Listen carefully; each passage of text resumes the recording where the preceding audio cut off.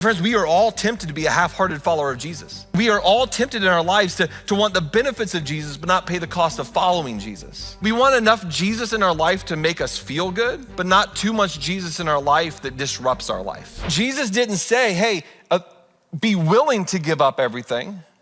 Jesus didn't say give up some things. He said give up everything. This is the foundational principle of what it means to be a disciple of Jesus. This is the baseline expectation of a follower of Christ. Give up everything. And the consequence, if you don't give up everything, you cannot be his disciple. He didn't say you'll be a weak disciple. He didn't say you'll be a second-class disciple. He says if you do not give up everything, you cannot be his disciple. Friends, we are all tempted to be a half-hearted follower of Jesus. We are all tempted in our lives to want the benefits of Jesus, but not pay the cost of following Jesus. Because we want enough Jesus in our life to make us feel good, but not too much Jesus in our life that disrupts our life. And Jesus says very clearly, you cannot do that. There is no middle measure. You can't have just some of Jesus. You can't have casual Christianity. This is a commitment to go all in with Jesus. It's not about losing your salvation. This is not about going to hell. This is about you not experiencing the fullness of the life that Jesus wants for you. A life of peace and joy and hope. Because you see, when we build empty towers that are not finished but look like they are on the outside, we're actually living the kind of the worst of both worlds, right? There were too Christian to enjoy the things the world offers, and we're too worldly to embrace the fullness of what Jesus offers. We have empty towers in our lives. So I ask you again, what's true for you? What's true for you? Are you just chasing the benefits of Jesus without your willingness to understand and pay the cost of following him? Or are you going all in for him? Here's what Jesus is not saying. He's not saying try your best. He's not saying give what you can. He's saying everything, give up everything. If you don't give up everything, you cannot be my disciple. There's no middle ground. There's no Jesus plus, there's no casual Christianity. You're either all in or you have an unfinished tower of faith in your life.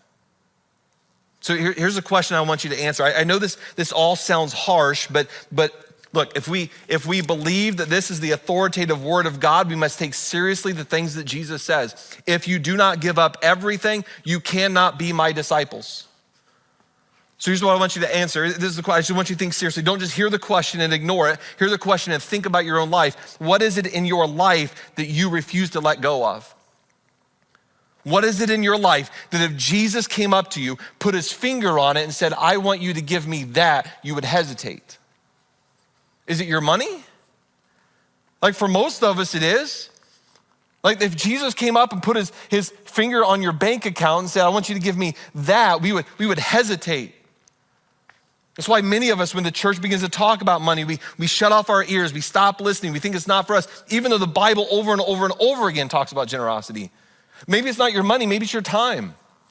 You're so busy with everything else that you haven't given any time to serve other people. Maybe it's your dreams, your hopes, your career, a relationship, your comfort. What is it in your life that if Jesus came up and put his finger on it and said, I want that, you would hesitate? Whatever it is, it's your unfinished tower. Whatever it is, it's the structure that's unfinished, that on the outside looks Christian, but on the inside is empty and void. Jesus says, give up everything.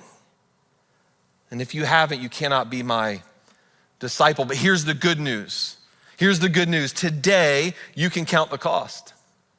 Today, you can count the cost of releasing that thing that you haven't released to God yet. You can count the cost of what true discipleship looks like. And today, you can lay it down.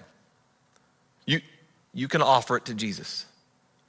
You can say, Jesus, this is the thing that I've been holding on to and I've kept away from you, and I wanna offer it to you. I wanna surrender it to you. I wanna go all in. I wanna truly be your disciple. What's true for you? What's true for you? I picture this moment in Luke 14 that Jesus is walking along. He's got a crowd of people following him. And on one hand, it probably felt good. And on the other hand, it broke his heart.